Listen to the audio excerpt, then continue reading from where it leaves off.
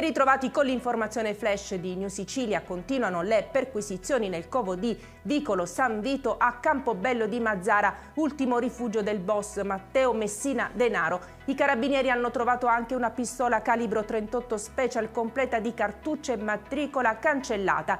Potrebbe essere stato l'autista Giovanni Luppino a procurarla al boss. Tra i numeri di telefono negli appunti sequestrati all'uomo anche quello di un venditore online di armi.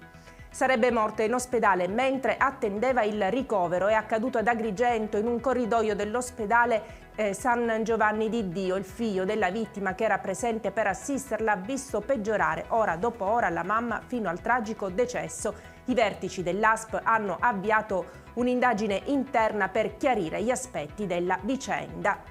Continua l'attività di controllo sulla filiera della pesca da parte dei militari della Guardia Costiera di Riposto, che hanno scoperto a bordo di un furgone isotermico nei punti di sbarco del porto commerciale di Riposto 37 esemplari di tonno rosso al di sotto della taglia minima consentita dalla legge, per un peso complessivo di circa 120 kg. Il pesce è stato sequestrato.